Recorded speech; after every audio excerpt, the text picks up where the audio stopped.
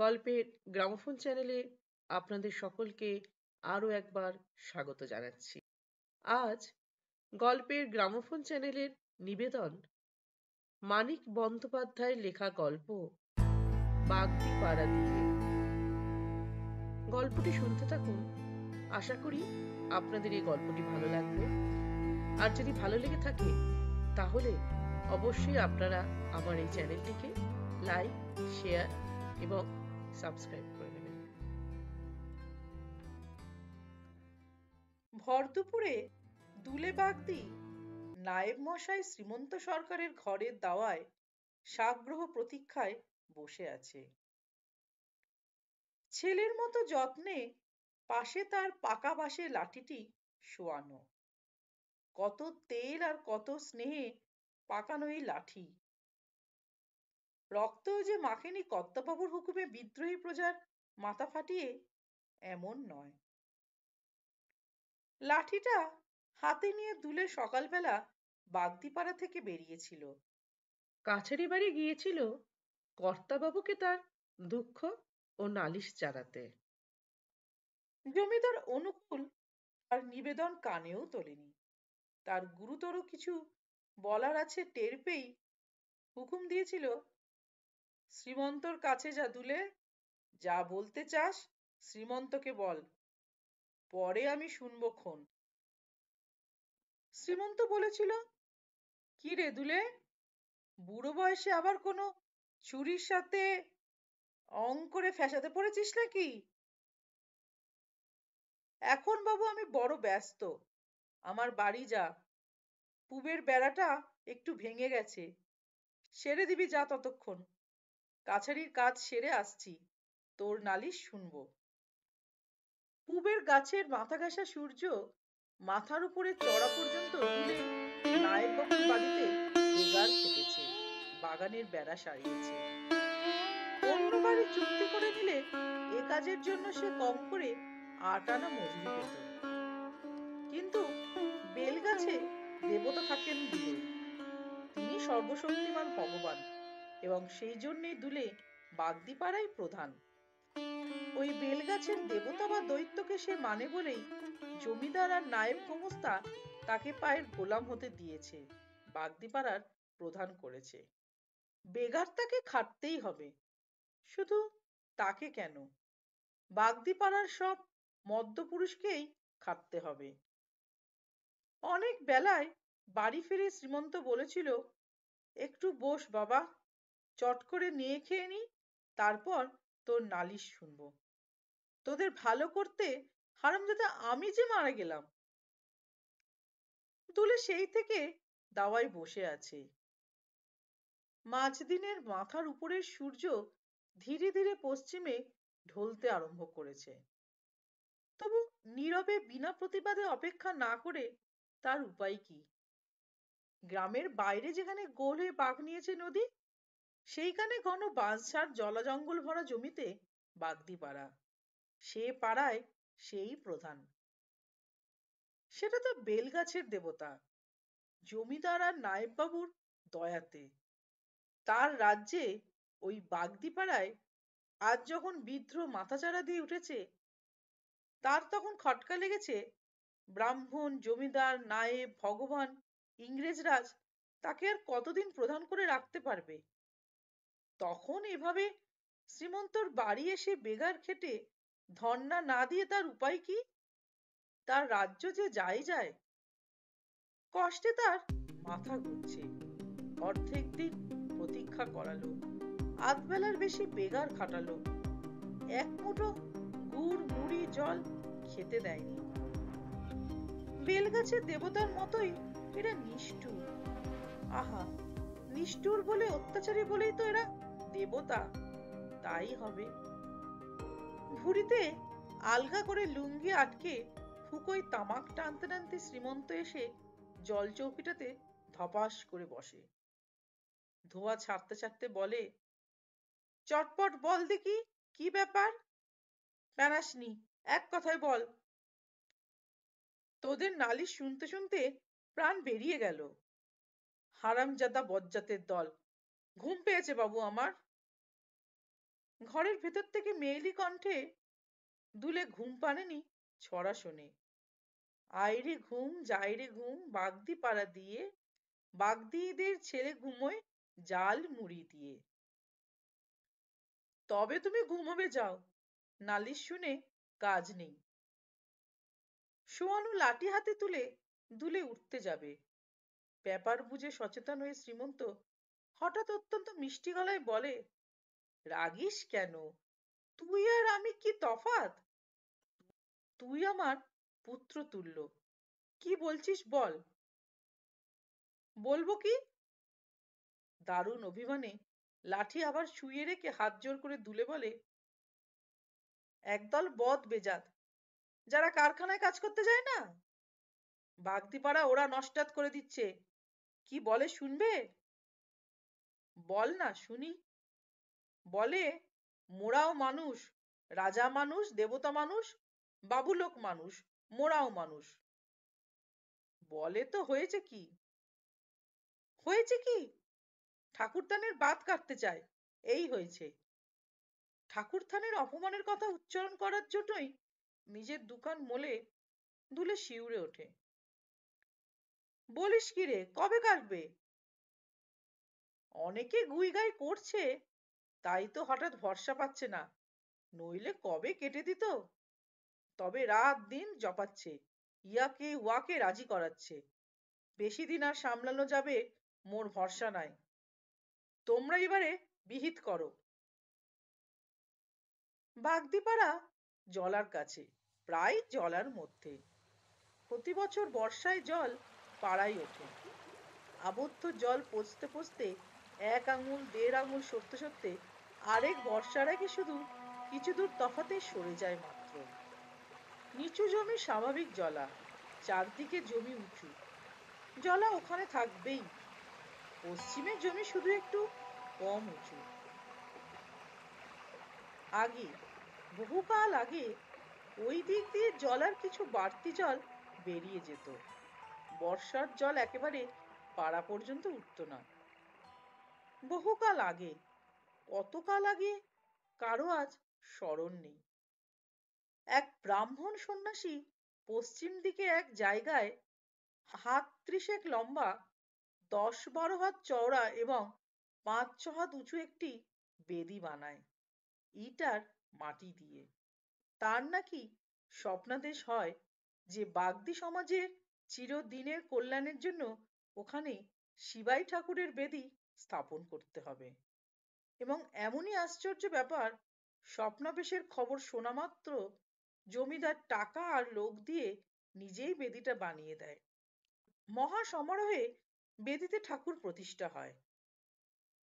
বাগদিদের মধ্যে নেশা, উত্তেজনা আর উল্লাসের সীমা পরিসীমা থাকে না। সেই থেকে ওই ঠাকুরের থান তাদের সমস্ত ধর্ম, কর্ম, সামাজিক অনুষ্ঠানের সঙ্গে জড়িয়ে আছে। এবং সেই থেকে বর্ষাকালে জলার বাড়তি জল ঠাকুরের থান ডিঙিয়ে যেতে না পেরে পাড়ার মধ্যে ঘরের মধ্যে ঢুকতে শুরু করেছে। শ্রীমন্তের কিঞ্চিত আগ্রহ জাগে, হাই তুলে বলে, কি বলে জপাচ্ছে? ঠাকুরের থান তো বেগার খাটা তেভাগা নয়। দুলে তার ঝাঁকড়া চুল পিছনের দিকে ঠেলে দেয়। চুলে তার কটা রং ধরেছে, বিশেষ পালা পার্বণে কদাচিৎ একটু তেল পড়ে। চুলে অসংখ্য উকুনের বাসা। মাঝে মাঝে যখন সে পাগলের মতো মাথা চুলকায়, তখন মনে হয় রাগে বুঝি নিজের চুল ছিঁড়ছে, বাগদিপাড়ার অবাধ্যতার রাগে। শোনো তবে কি বলে, পাপ কথা মুখে উচ্চারণ করতেই মোর গা কাঁপে। বলে, মোরা খাটি খাই, মোরা ছোট কিসে?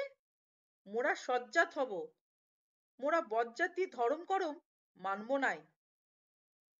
সজ্জাত কি রে? ঠাকুর মশাইরা তোমরা বাবুরা যে জাত, তার চেয়ে উঁচু জাত, ভালো জাত। ও, সৎ জাত, উঁচু জাত। দুলে মাথা হেলিয়ে সায় দেয়, হ্যাঁ, সৎ জাত। বলে, ব্রহ্মাণ্ড সংসার পাল্টে গেছে, বামুনের চেয়ে সেরা জাত এসেছে পৃথিবীতে। মজুরের জাত খাটিয়ের জাত, যে খাটবে সে জাতের লোক, ব্যাস। আর সব বেজাত বজ্জাত। কেন? না, তারা চোর ছাচোর। যারা খাটে তাদের অন্ন চুরি করে খায়। চোর বেজাতের দেবতা ধর্ম মোরা মানি না, মোরা সজ্জাত। বলতে বলতে দূরে বাগদি কেঁদে ফেলল। কুলিখাটা ছোড়াছুড়ি মোর পাড়া সমাজ বেদখল করলে গো। তোমরা এর বিহিত করো। ভাত খেয়ে তামাক টানতে টানতে শ্রীমন্তের ঢুল আসছিল। বাগদিপাড়ায় আবার বিদ্রোহ। জওয়ানদের মধ্যে কিছুটা বেয়াদবি বেড়েছে এই পর্যন্ত। দুটো গুঁতো খেলে টিট হয়ে যাবে। সমাজের মাতব্বরকে সবাই মেনে চলবে, এটা উচিত এবং দরকার। মাতব্বর নিজে অনুগত থাকে, 10 জনকে অনুগত রাখে। 10 জনকে বসে রাখার যোগ্যতাও অবশ্য মাতব্বরে কিছুটা থাকা দরকার। শ্রীমন্ত ধমকে বলে, কাঁদিস না বেটা, মেয়ে ছেলের মতো কাঁদতে লেগেছে। সাধে কি তোকে কেউ মানে না? দুলে ভাবাবেগ সামলে মাথা উঁচু করে গর্বের সঙ্গে বলে, তোমরা হলে মা বাপ, তোমাদের ঠেয়ে কাঁদতে পারি, না তো দুলে বাগদি কেমন মরদ 10টা গায়ের মানুষ জানে। শ্রীমন্ত ব্যঙ্গ করে বলে, মরদ যদি তো ধরে ঠেঙিয়ে দিতে পারিস না বেটা? উই তো মোর পোড়া কপাল। হাউমাউ করে ওঠে দুলে। তোমরা বুঝবে নি, এই যে সামাজিক অমান্যি গো, জেতের ব্যাপার, ঠ্যাঙাবো কাকে? সামাজিক বৈঠক ডেকে বিচার ও শাস্তির ব্যবস্থা করার চেষ্টা কি আর করেনি দুলে? কিন্তু কে মানছে বিচার? কে মাথা পেতে নিচ্ছে শাস্তি? যাদের জাতে ঠেলবে এক ঘরে করবে, তারাই যে বর্জন করেছে যে কজন দুলের পক্ষে আছে তাদের। খুঁটিতে বেঁধে যে ঠ্যাঙাবে, মাথা মুড়বে, ছ্যাঁকা দেবে, তার উপায় কই? ওরাই যে উল্টে তাদের পিটিয়ে দেবার মতো দলে ভারী। দূরে বরং জাত ধর্ম ঠাকুর দেবতা চিরকালের রীতিনীতির কথা বুঝিয়ে বুঝিয়ে কারণে অকারণে পচাই খাওয়া সামাজিক পরক ফুর্তির ব্যবস্থা করে।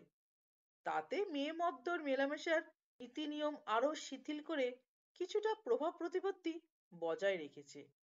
নইলে সব চুরমার হয়ে যেত এতদিনে। কিন্তু মোর আর ক্ষমতা নাই, এবারে তোমরা বিহিত করো। শ্রীমন্তর আবার ঢুল আসছিল। সে বলে, আচ্ছা আচ্ছা, কে কে পান্ডা, নাম বলতো? বিশেষ ইবু? উপরে ভাদ্র শেষের মাথাফাটা রোদ, তলায় বর্ষায় পরিপূর্ণ জলা। পুকুর ভিজে মাটি থেকে গরম ভাপ উঠছে। বাগদিপাড়ার দিকে চলতে চলতে দুলে হিংসার আনন্দে চোখে প্রায় ঝাপসা দেখতে থাকে। হোক বিহিত, চরম বিহিত হোক। তার প্রতিপত্তি, তার অধিকার নষ্ট হওয়ার বদলে বাগদি পাড়াটাই যদি আগুনে পুড়ে যায়, বাগদি যাত্রায় ধ্বংস হয়ে যায়, তাতেও দুলের আপত্তি নেই। তার দেবতা অপদেবতাদের কাছে দুলে মাথা কপাল খুঁড়ে প্রার্থনা জানায়, বলি মানত করে।